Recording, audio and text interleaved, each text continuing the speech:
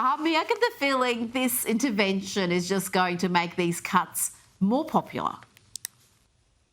Yeah, okay. First of all, President Bush, with all due respect, when you're on the stage and touting what Bono and Obama are saying, you're on the wrong side of the issue. I'm sorry, okay?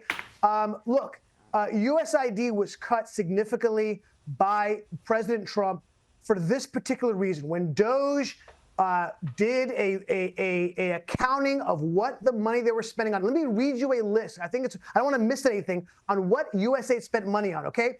They spent $1.5 million to advance DEI in Serbian workplaces. They spent $70,000 for a DEI musical in Iceland. $32,000 for a transgender comic book in Peru. I'm not making this up. This is real stuff I'm reading. $2 million for sex changes in Guatemala. And by the way, Rita, that's just the funny stuff that we're laughing on. But there's some serious stuff. For example, we were funding nonprofits that were funding terrorist organizations and Al-Qaeda, okay? We were funding organizations that kept the poppy seed alive in Afghanistan, giving and supporting the Taliban. This is the situation that we find. And by the way, it is so disingenuous for them to say, yeah, but look at all the good stuff that you've all cut out. That's baloney. That's BS, okay? That is fake news.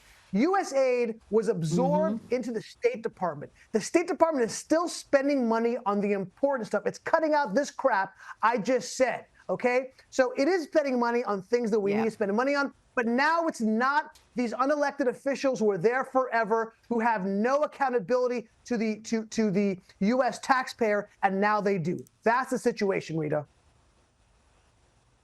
Well, it was such an eye-opener, having an understanding where this money has come from for these activist movements. It never was organic. It was never grassroots. It was these activists who were using taxpayer funds to push their own political barrows, and the taxpayer was completely in the dark about it. So I think it's one of the great things that has come from Trump's second term.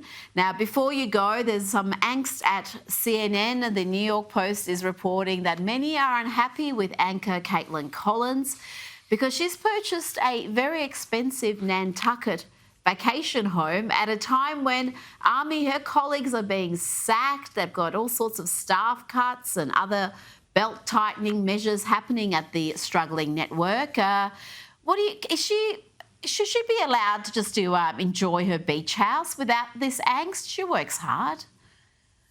Good for Caitlin Collins, okay? Good for her. Let her buy all the beach houses, okay? I don't understand what the problem is here. Do better. I think at the bottom line, yes, there are massive cuts happening at CNN. Why? Because CNN isn't pulling in ratings, okay? There's beach houses all the live long day at Fox News because they've got ratings. The CNN people are getting cuts because they can't pull in the money. Sorry, guys. If you can't do the work, you ain't getting the beach houses. Okay, I don't know what else to say. I think you nailed it right there, Ami Horowitz. Thanks for your time tonight.